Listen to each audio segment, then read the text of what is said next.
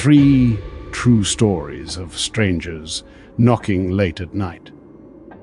You ever get that feeling late at night when everything is quiet, too quiet, and a single sound breaks through the silence?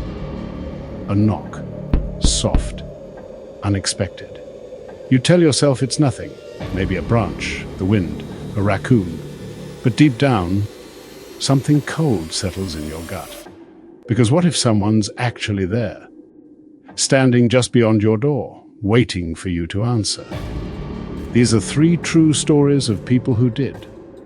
And what happened next still can't be explained. The Woman in the Hallway, Minnesota, 2016. It was nearly 2:30 in the morning when Olivia heard the knock. She lived alone in a small apartment in Duluth, Minnesota. 3rd floor, end of the hall. A safe area, quiet neighbors. The kind of place where you felt okay leaving your door unlocked during the day. That night, she'd fallen asleep watching TV. She woke up to a sound she couldn't place at first. Knock, knock, knock. Slow, spaced out, almost rhythmic.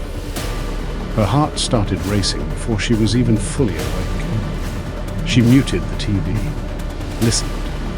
Then 3 more knocks, louder this time, coming from her front door. Olivia froze. She lived alone. She didn't expect visitors. And the building's main door was locked after midnight. She thought maybe it was a neighbor, maybe an emergency. So she called out softly, "Hello, who's there?" No answer, only another knock, 3 times. Steady. Her apartment had one of those old peepholes that distorted everything like a fisheye lens. She pressed her eye to it and saw a woman, mid-30s, maybe older, wearing a thick parka, her face pale under the hallway's fluorescent light. She wasn't moving, just standing there, looking straight at the door. Olivia's voice trembled. "Can I help you?" The woman didn't respond, didn't knock again, didn't move, just stood there. Minutes passed, 5, maybe 10, before Olivia whispered, "I'm calling the police." And finally, the woman smiled. Not a kind smile. A slow, stretched, unnatural one. Then she leaned close to the door and whispered something Olivia couldn't make out through the wood. Her voice was soft, but deep. Too deep for her frame. Then silence. When police arrived 20 minutes later, the hallway was empty. No footprints in the carpet. No sign anyone had been there. But the weird part? When Olivia replayed the building's security camera footage, there was a woman. She appeared on the 3rd floor camera at 2:27 a.m., walking down the hall toward Olivia's door. She stopped, knocked, but after that, she never left. No footage of her going back toward the stairs, no footage of her entering another apartment. She just vanished. Police later learned no one in the building recognized her. And when they paused the footage at one frame, just before she disappeared, you could see her face clearly. Only, it wasn't right. Her mouth was still moving, as if she was whispering something, even as her eyes were staring straight into the camera. Olivia moved out a week later. She never found out who or what was knocking. The Man at the Cabin Door, Oregon, 2008. Chris and his wife Jenna had rented a small cabin in rural Oregon for the weekend. No Wi-Fi, no cell service, just mountains, trees, and a wood-burning stove. They were both teachers, used to noise and chaos. This was supposed to be peace. The first night was perfect. Stars, silence, a warm fire. They joked about being off the grid. The second night wasn't. It started just after midnight. A knock on the cabin door. Chris thought maybe it was an animal at first. The sound was light, uneven. But then came another, firmer one. Knock, knock. He grabbed the flashlight and opened the curtain slightly. A man stood outside. Older, maybe late 50s. dressed in a dirty brown coat, soaked from the rain. His face was expressionless. His eyes looked wrong. Not drunk, not high, just blank. Chris hesitated. "Can I help you?" The man tilted his head slightly, then said, "My car broke down." His voice was calm. Too calm. Jenna whispered behind him, "Chris, don't open it." He nodded, but kept talking through the door. "There's no road out here," he said. "Did you walk from the highway?" The man didn't answer right away. He just smiled faintly. Then he said, "Can I come in?" That was when Jenna noticed something that made her stomach twist. The man wasn't wet. His jacket looked damp, but the ground around him was dry. The rain had stopped an hour ago. Chris shook his head. "I can call a tow truck when the sun comes up." "There's no phone here." The man stepped closer to the window. "You have a fire going," he said. His voice dropped lower. "I'm cold."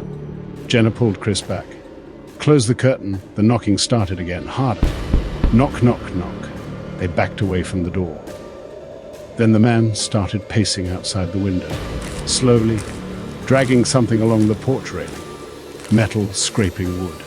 Chris aimed the flashlight through a gap in the curtain and froze. The man was holding a crowbar. They called 911, but of course, no signal. So Chris grabbed the shotgun the cabin owner kept above the fireplace. They waited and waited for nearly an hour. At some point, the noise stopped. By dawn, the man was gone. They packed their bags and left immediately. Later, when Chris told the cabin's owner what happened, the man went pale. He said, "I don't rent that place out after dark anymore. You're not the first to see him." Apparently, years earlier, a traveler had gone missing in those woods. His truck broke down near the same trail. When authorities found it, doors open, engine cold, there were bloody handprints on the window, and the only set of footprints leading away from the car ended right at the door of that same cabin.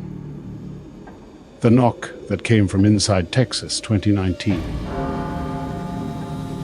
Amber was babysitting her cousin's kids in a small Texas suburb. 2 little girls, ages 5 and 7. The house sat at the end of a quiet cul-de-sac, nothing but open field behind it. At around 11:15 p.m., after putting the girls to bed, she sat on the couch scrolling through her phone. The house was silent. Then came a knock. 3 slow, deliberate knocks at the front door. Amber froze. She wasn't expecting anyone. Her cousin had warned her, "If anyone comes by, don't open the door. We've had people pretending to be delivery drivers lately." So she peeked through the blinds. No one. Just the porch light flickering. She waited, then went back to the couch. 10 minutes later, another knock. But this time, softer. From the back door. That didn't make sense. The backyard was fenced off. Her breathing got shallow. She called out, "Who's there?" No answer. She grabbed the cordless phone, but the line was dead. Then she heard footsteps. Inside the house, upstairs. The girls' room. Amber's blood ran cold. She sprinted up the stairs, calling their names. "Maya! Chloe!" When she opened the bedroom door, both girls were sitting up in bed, wide-eyed. Maya whispered, "He's knocking again." Amber swallowed hard. "Who, sweetie?" The younger girl pointed toward the closet door. There it was again. Knock, knock, knock, coming from inside the closet. Amber backed up, trembling. She grabbed both girls and ran downstairs. She could still hear it, steady knocks echoing from upstairs. She dialed 911 from her cell this time, thank God for signal, and told them someone was inside. Police arrived in under 10 minutes. They searched the house top to bottom. No intruder, no sign of forced entry. Windows locked, doors secured. But when they opened the upstairs closet, the inside of the door had fresh scratch marks, deep and erratic, as if someone had been clawing their way out. The officers were shaken. They asked Amber and the girls to wait outside while they cleared the attic. When one of them climbed up, he found something. An old, rusted nail jammed through one of the rafters, and tied to it, by a length of frayed red string, was a small, dirty wooden charm shaped like a hand. The officer brought it down, bagged it, and said quietly, "You didn't put this here, did you?" Amber shook her head, still clutching the girls. He said, "We found the same thing in another house 2 streets over last month. Same scratches, same knocking. No one ever figured out where the charms came from." But in the months that followed, several other families in that neighborhood reported hearing the same thing. Knocking, first at the door, then at the windows, then from inside. Maybe it's all coincidence. Maybe these people imagined it, half asleep, paranoid, tricked by sound and shadow. Or maybe something waits for us on the other side of that door. And every time you hear a knock at night, you're not just being visited, you're being invited. So next time someone knocks after midnight, whatever you do, don't answer. If you watch to this level, don't forget to subscribe to this channel and click the bell icon for more dark, thought-provoking stories that dig deep into the human soul.